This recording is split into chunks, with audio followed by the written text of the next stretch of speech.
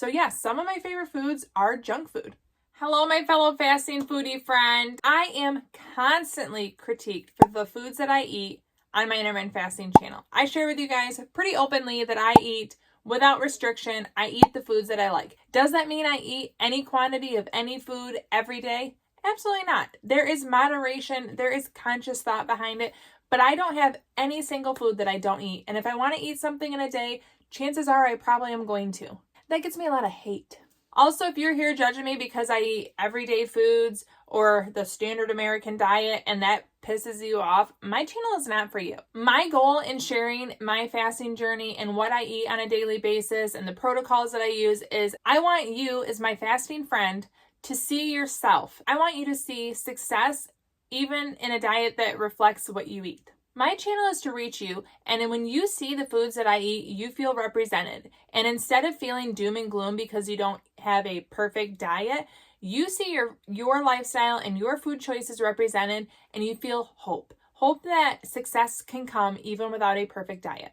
Never once while I was doing a perfect diet did I ever reach a point of weight loss and sustain that weight loss. I hit a point of burnout every single time. I would eventually hit a point where, yes, I lost the weight, but I'd say, screw it, I'd rather be overweight and enjoy foods every single day.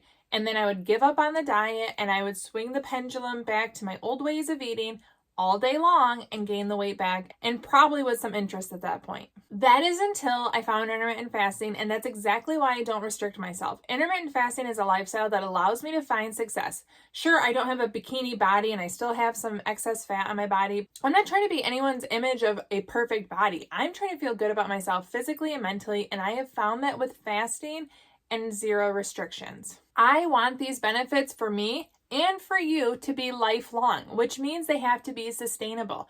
I will not be eating steamed chicken, steamed broccoli, and unflavored legumes every single day for the rest of my life to maintain a healthy weight. I am sorry, I'm not that person. I'm someone that loves delicious foods. And by foodie, I certainly don't mean gourmet. I mean, I'm a food enthusiast. If you give me food that I love, I'm excited. So if I want both of us to be successful in fasting long term without restrictions, what does that mean? That means I'm committed to the fast. I am 100% committed to every single day fasting because I know it's successful. I've seen it over the past nearly 2 years that if I fast and I give myself the time constraints, I can enjoy food every single day and still maintain a healthy weight. I commit to fasting because I can stick with it. I don't have the decision fatigue of what is too much of the foods that I like. I don't have the burnout of restricting myself from foods that I love because I am committed to the time constraints, and I've allowed myself the freedom and the flexibility of saying, I like this food. I'm going to be able to eat it when I want it. I'm going to give you a very extreme example, but it's relevant to my life. So are you familiar with elephant ears? I know it's kind of a regional thing, but if you go to a fair, you get a very large piece of fried bread, and maybe it's only a Midwest thing. I don't know.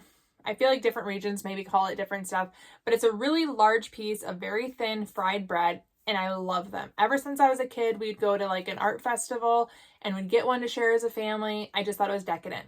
But it's fried bread with cinnamon and sugar on top.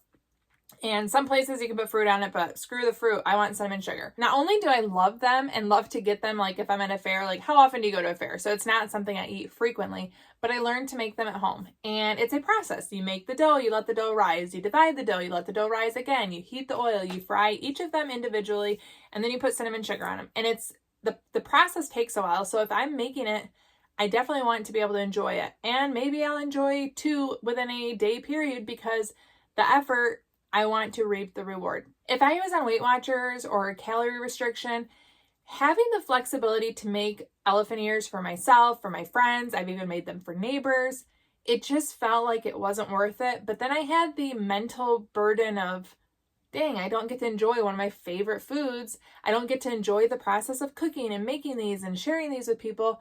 Or if I do, I'm restricting myself. And the joy of elephant ears, I know it sounds probably silly to some of you. Since becoming an intermittent faster, I've made elephant ears twice. Once in summer 2020, once in summer 2021. And I had the freedom to make the elephant ears, eat until I was satisfied. It made the effort of making them worth it, but I also had the freedom and the joy of eating my favorite summer treat, elephant ears, because I didn't worry about the calories, the points.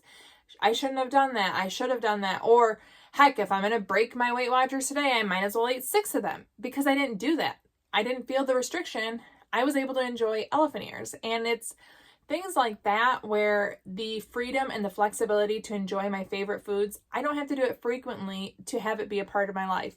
And it's sustainable when you have your favorite foods. So yes, some of my favorite foods are junk food. So yes, I love foods that are not going to show up on the top 10 healthiest foods list. I eat a lot of vegetables, but I also eat processed foods. And I eat full fat mashed potatoes, and I eat gravies and sauces and fried chicken or chicken tenders. And yes, we go out to eat and I eat what sounds good on the menu. And that might not be the picture of perfect diet, but I'm not trying to sell the perfect diet in order to be successful in intermittent fasting. And I've never been able to long-term deny myself the foods that I love. I grew up eating this way. And I love a lot of foods that people would turn their noses at and say it's bad. But guess what? If I deny myself eating this way, I'm not going to long-term be successful. So it's going to be another cyclical diet. And that's not what I'm here for. I'm here for long-term success, long-term mental freedom, and enjoying and reaping the benefits of intermittent fasting without a perfect diet. And I want you to know that you can too.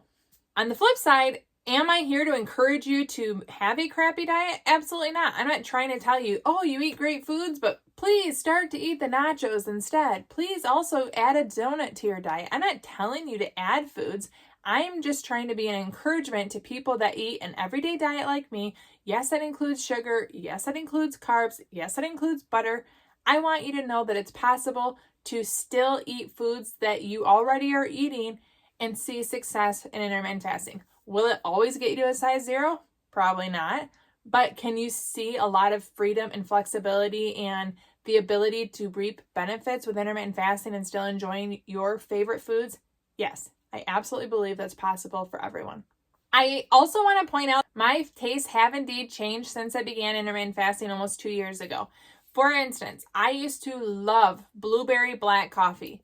I used to love hazelnut, creme brulee, all the different flavored brewed black coffee, my favorite. I can't stand them now. They still smell really good, but if I make myself a cup, by the end of it, it just tastes chemically to me. I no longer buy or make the flavored coffees. I just don't enjoy the taste anymore.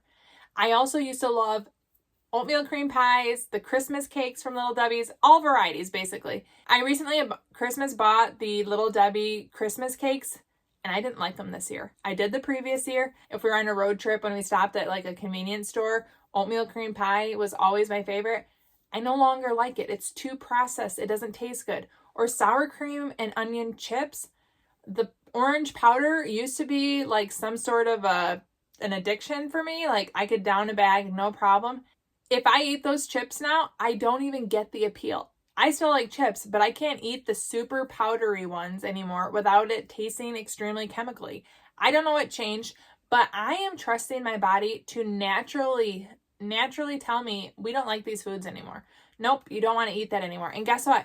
It's easy to no longer eat a bag of sour cream and cheddar chips when I don't like it, instead of telling myself it's bad, it's off limits, don't you dare. Because then I'll obsess about it and want it. I don't exclude pop from my eating window. However, I rarely drink it. Even when I do get a pop, I'm not sucking it down, trying to get a refill. I'm not needing one again the next day. And I used to like to drink 1 to 2 large Diet Cokes from McDonald's a day. That was years ago, but I did. And now I can drink it and it almost is too much by the end of it. And I don't look forward to having it again. And that's amazing to me. The changes will come, but I'm not forcing them. And that's what's going to make this sustainable. It's easy to say, you don't like these processed cakes anymore. If you want a sweet, why don't you make it homemade where it's better for you and it tastes better? I can make those choices when it no longer tastes good anymore. And my tastes are changing the longer that I'm fasting. And I'm resting in that knowledge. And I think that you'll find the same thing too. If you are fasting and you're eating foods that are probably not the best or they're highly processed, your taste will change as you continue to fast. And even if they don't, maybe you won't reach maximum weight loss possible, but you're still going to get a lot of benefits from fasting long periods of time. So because I eat junk food, does that mean I don't eat healthy foods or that I don't have a conscience? Absolutely not. I still eat vegetables every single day, or pretty much every single day. I'm sure I miss one here or there. but I know that vegetables are important. I just focus on eating the vegetables that I love. But to balance making sure I eat vegetables every day, I also eat foods that are bringing me joy. And sometimes, yes, that is the vegetable. But I know that there's a balance between finding healthy foods and also enjoying the foods. And that is what is sustainable. And that's what I'm here to encourage. Your diet doesn't have to be perfect. The changes will come naturally. And also, there can still be benefits in fasting without a perfect diet. It's better than your same diet all day long. Amen?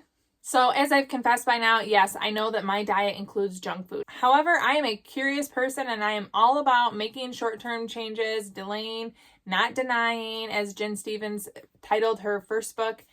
I know that there are times where I'm going to see success if I delay eating my favorite foods, or if I say no, not right now, and then I'll have something later. And I am all about that. And if you want to see where curiosity took me with keto about 6 months ago, you can check out this video right here where I went on a 4-week 20 net carbs or less every single day challenge. And the results are kind of interesting. So check it out.